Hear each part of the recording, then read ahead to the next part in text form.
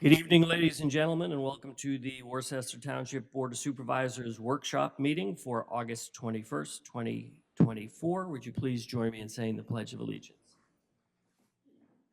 Pledge allegiance to the flag of the United States of America, to the republic for which it stands, one nation, under God, indivisible, with liberty and justice for all. My name is Rick DeLello. I'm the chairman of the board. To my left is Lou Betts, who's our vice chair. To my right is Steve Quigley, who's our third member. Over on the side table, we have Jay Finnegan, who is our interim township manager, and Christian Jones, who is our assistant township manager. First and foremost, does anybody have any informational items for the board this evening? Thank you, Mr. Chairman. Just a note for the record that this meeting hopefully is being video recorded for broadcast. As the board's aware, we had some trouble with our PA system and our video recording system as of noon today, but it appears to be fixed.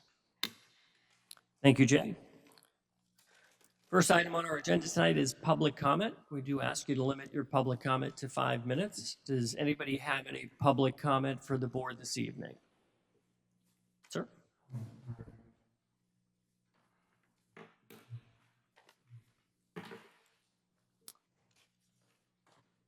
So what I would ask you to do is jot your name down on the sheet, and then the microphone that's to your right, make sure you've got a glowing green light.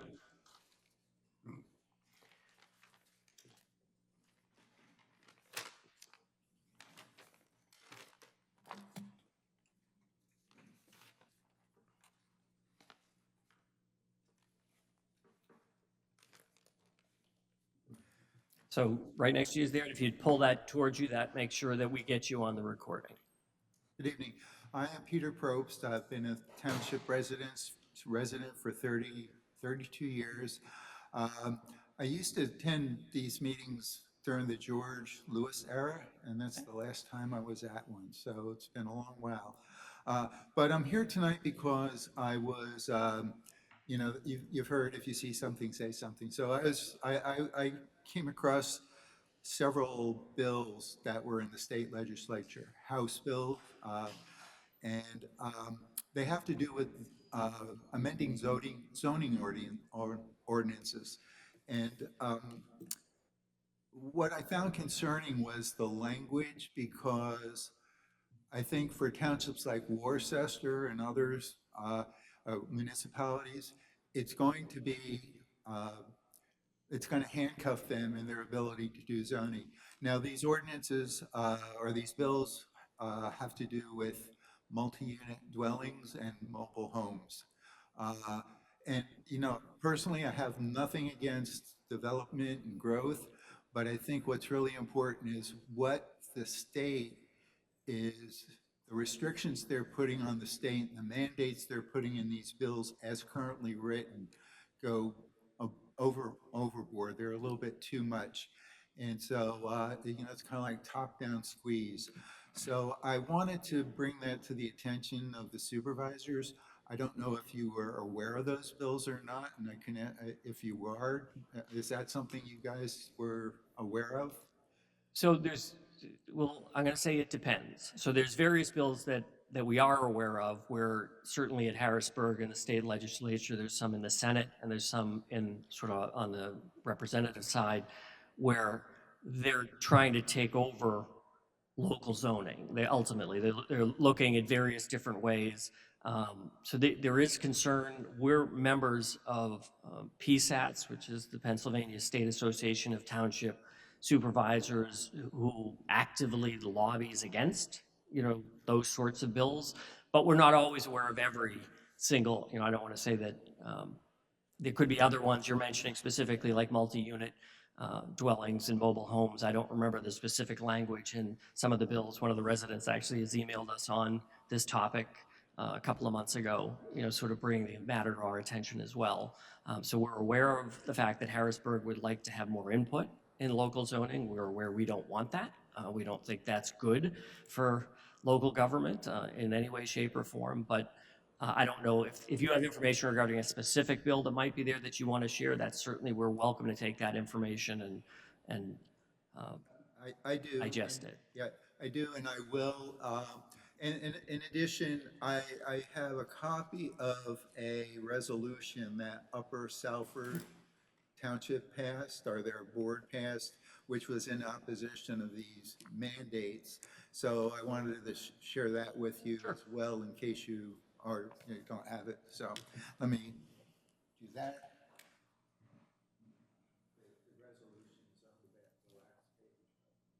Fair enough. Okay, perfect. Peter, thank you for that. We appreciate the comments and the information, and we'll certainly take it under advisement to decide how we want to proceed on that. Steve, did you have anything you want to add there? No, I think it's important for the residents to get involved. I think, as you said, it's been since George Lewis, which I don't say date yourself, but it dates yourself, and you've been a long-time resident of the township. And some of these things are being pushed from the national level to the state level, and it's important for the people in our community. And I think as a whole, we try not to get involved in the national and state levels. We're really involved in the things in Worcester, but these things are being forced down our throat. They're being pushed this way. And it's a problem that, we have to take care of everybody else's problems. And, people move into Worcester for certain reasons, but the county government, the state government, and the national government have things that we may or may not agree with. And that's why it's important to hear from the people in the township like yourself. So I appreciate taking your time coming out tonight, but everyone's involved in something else, and we don't hear about it until it's too late. So I'm happy you came out and voiced your concern about that. So thank you.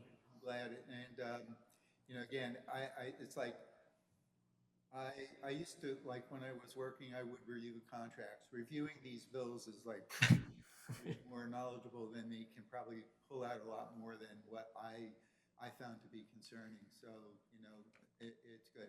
But again, being prepared, that's the best thing. So I'm glad you guys have this now. So thank you. Does anybody else have any additional public comment for the board this evening?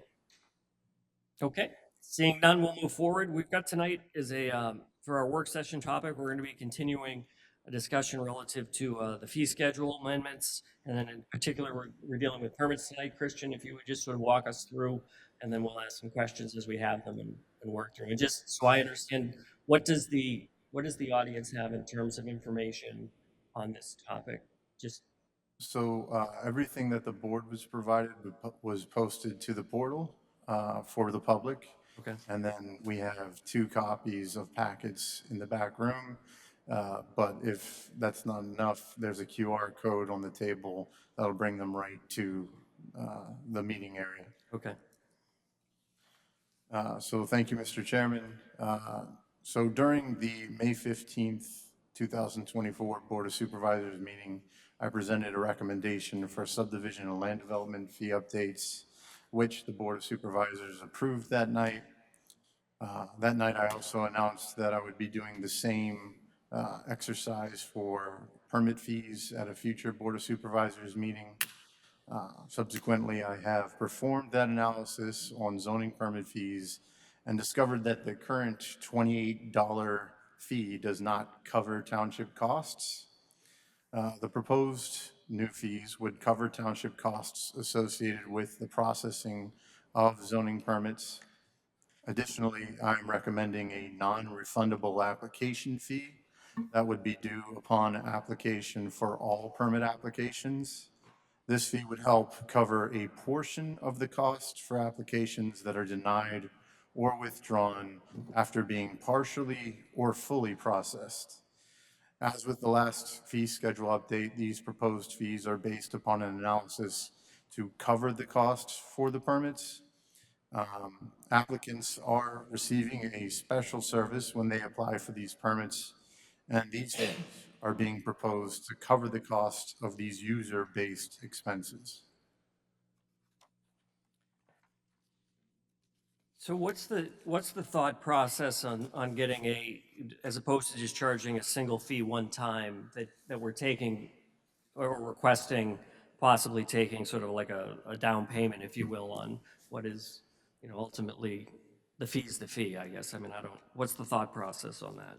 So the application fee would be there so that in the event that someone submits a permit application, it's took by the township, staff has taken the time to log it, put it through the system. Someone has reviewed the permit application. Sometimes we do get some consultation services from the engineer or the solicitor if it requires it.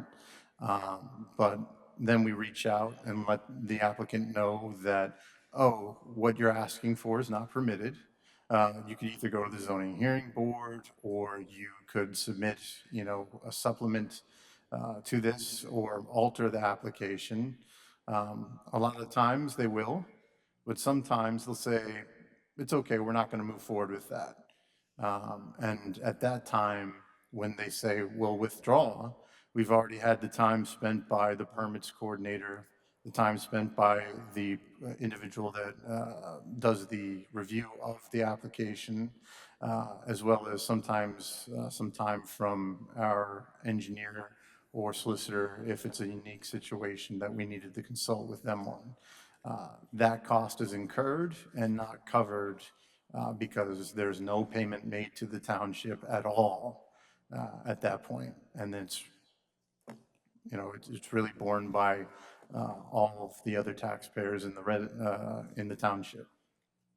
So by instituting this, they would at least pay a portion of it up front and, for lack of a better word, put some skin in the game for what they're looking to do, what they're asking to do.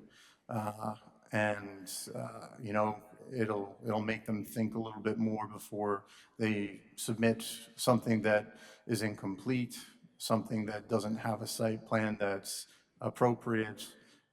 Again, we work with people to try to get it from them, but a lot of the times they'll just walk away, and that time that could have been used on other productive matters for the residents and taxpayers is gone. Okay. And then just for the benefit of the board, I know we talked about this a little bit in May. Just, you don't need to go all the way down the rabbit hole, but just a little bit of context in terms of how you sort of ultimately we're just trying to capture cost and sort of what that exercise was, if you don't mind. Sure. So in the board packet, which was available on the township website as well, and there were a few copies in the back of the room, I actually uploaded the spreadsheet and analysis that I used to conduct this. And essentially for each type of zoning permit that people apply for, whether it be a fence, a shed, residential addition, I have the individual that spends time on a certain aspect of the job: intake, logging, distribution, receipt, review, and return, contact, release, and filing, payment processing, and permit closeout. Those are some of the common themes in these applications. Each one of them has an amount of time on average that that individual spends completing that task, and that amount of time is tied to their hourly cost, so to speak. And so that figure for each of those tasks for that individual is on the far right of that table for the analysis, and ultimately comes down to a sum of all of those costs to establish the fee. There is a bit of rounding to make the numbers a little bit simpler, rather than doing something like, $120.32 or 117. But for the most part, it's very close to what the actual cost is. There's also a 10% overhead fee instituted that kind of deals with the paper that's used to print the permits, the ink, pens, Post-its, things that are used throughout the process. Okay. Lou or Steve, do either one of you have Questions, comments, thoughts on this particular topic?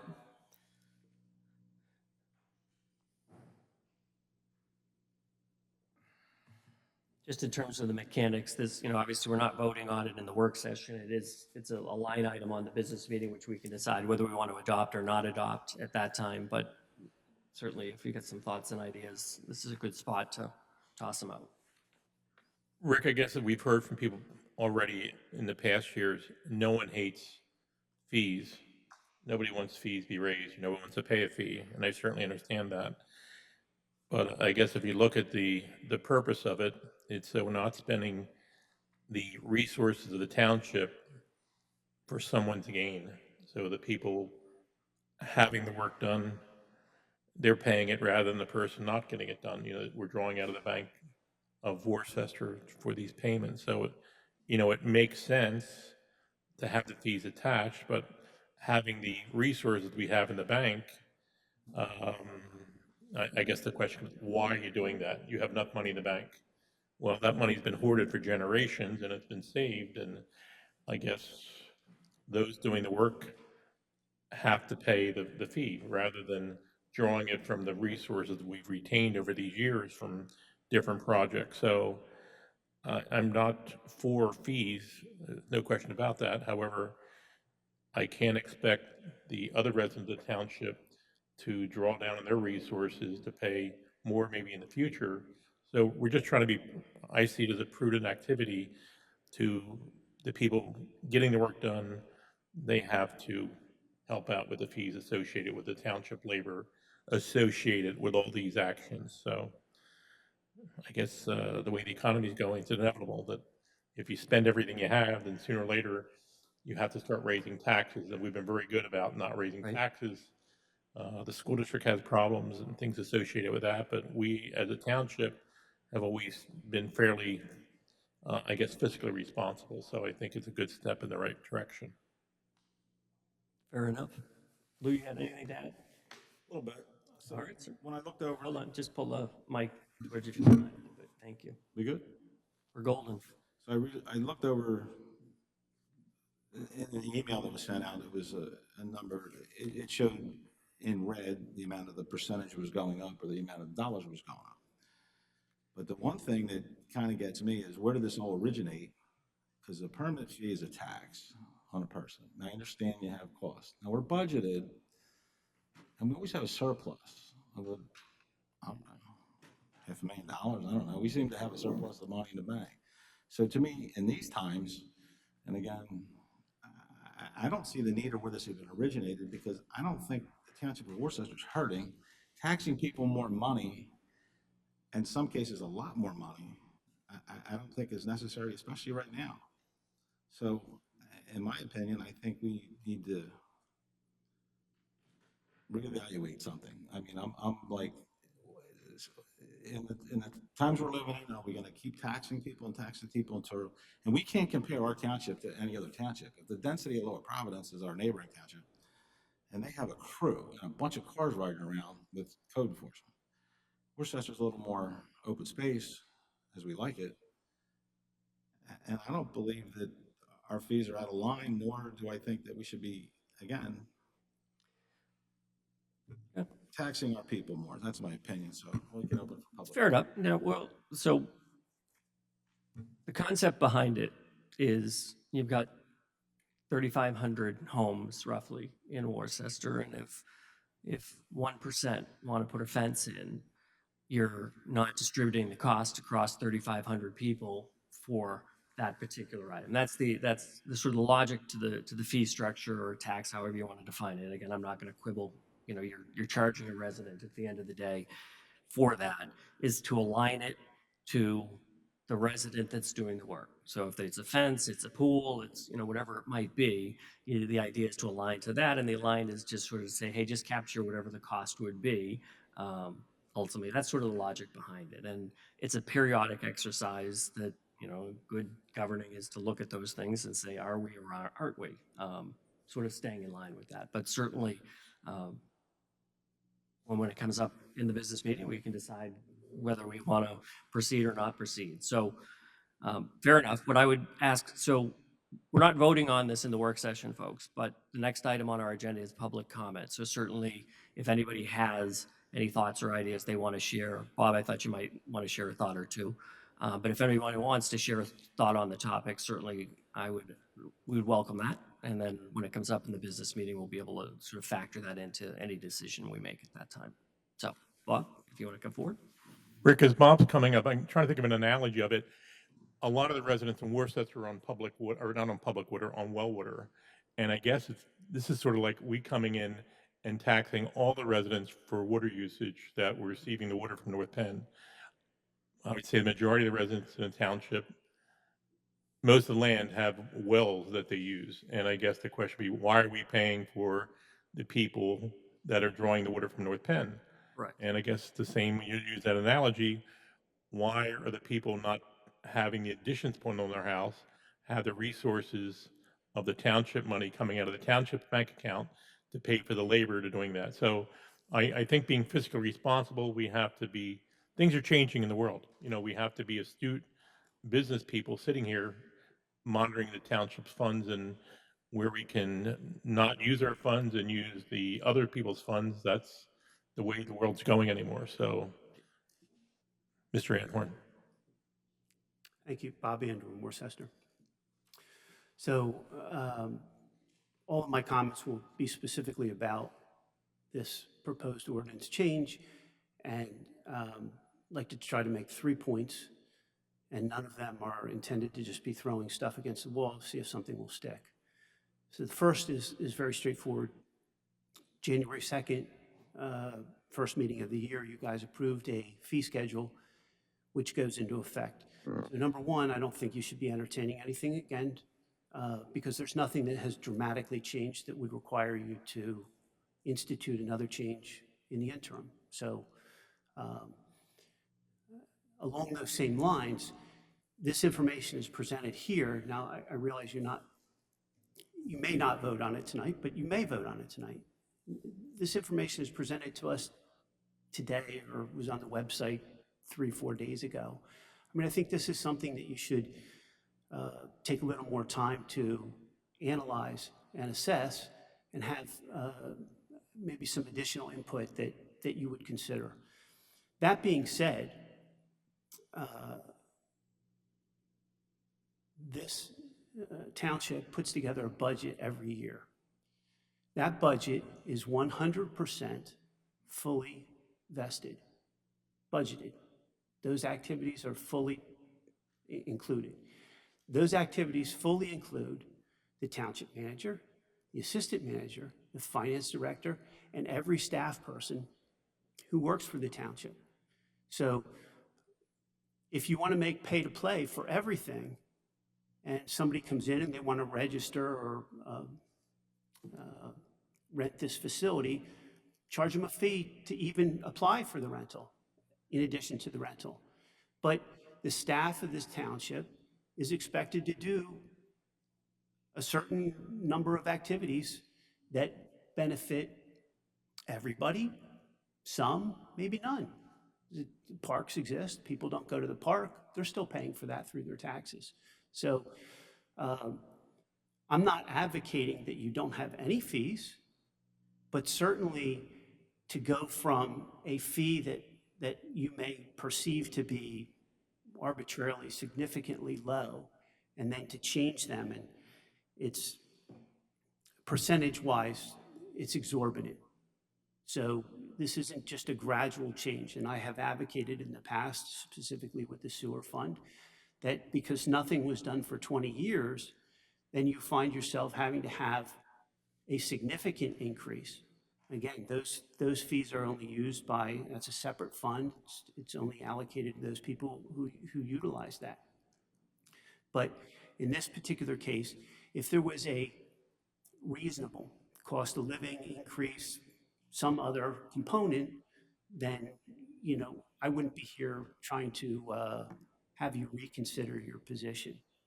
I appreciate, and I spoke out against the previous saldo fees, and quite honestly, I think you should rescind those until you have a firm analysis on what those are. So specifically along those lines, I appreciate that the assistant manager has come up with some anecdotal evidence for what the cost might be for those particular activities. And I say that in the context of I filed a right to know and asked for a significant amount of information to the tune of hundreds of pages of data, none of which specifically addresses how those costs are relevant to the experiences that Worcester has had. So the assistant manager has interviewed, presumably, those people who are the township manager. The one he interviewed is no longer here and was only here for a relatively short period of time. The assistant manager has been here less than a year, and so his frame of reference is limited. And he has put together a timeline for what those costs might be. It doesn't reflect on what the experiences that the Worcester has typically had. So part of my right to know was to understand, how did you get to these numbers? What kind of analysis did you do? And there is none. So there is no experience there. And I think that that's what you ought to be focusing on.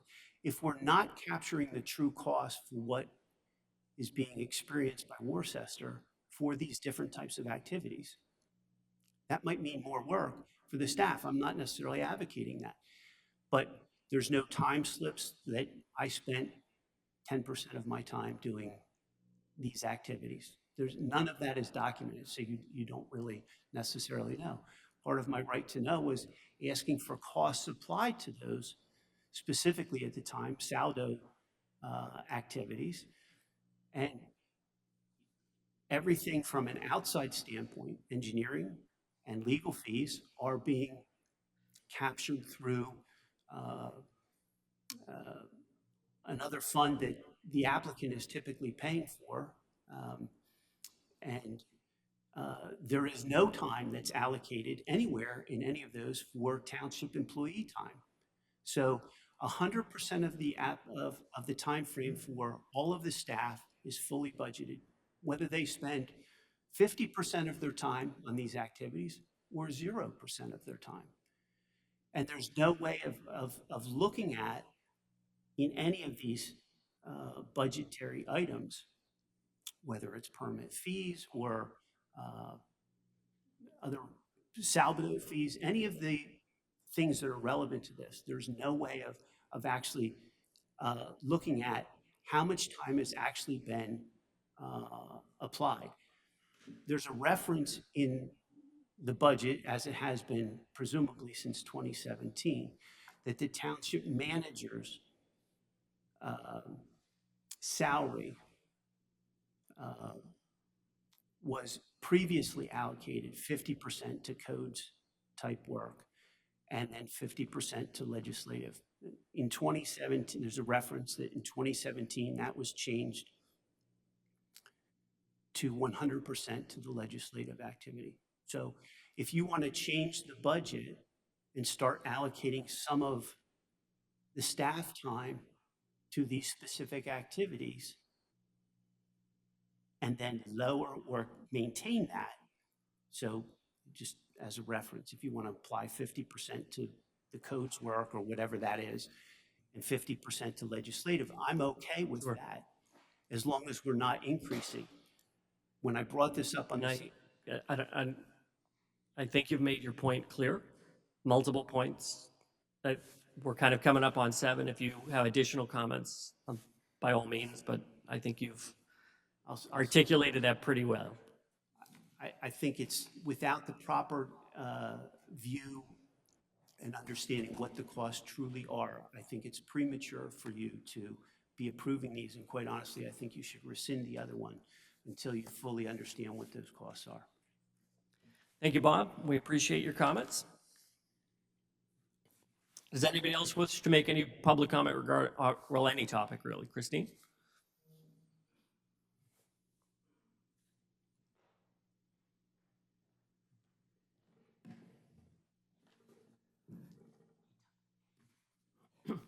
Christine Steer. Oh, Did Peter take our pen? I don't know what happened. Hasn't Every been time here I come since up George here, Lewis's days, and he snuck off with the pen. First, Christine Steer, Worcester. Mhm. Um, I echo a lot of what Mr. Andorn said. I think that, as someone who is, my job requires me to bill on a 6-minute increment.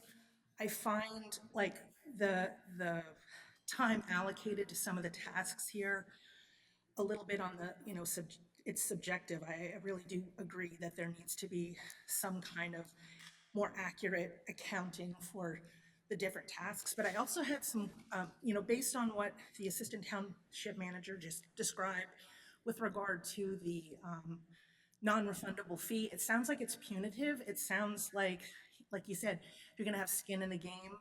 And maybe they should think twice about filing.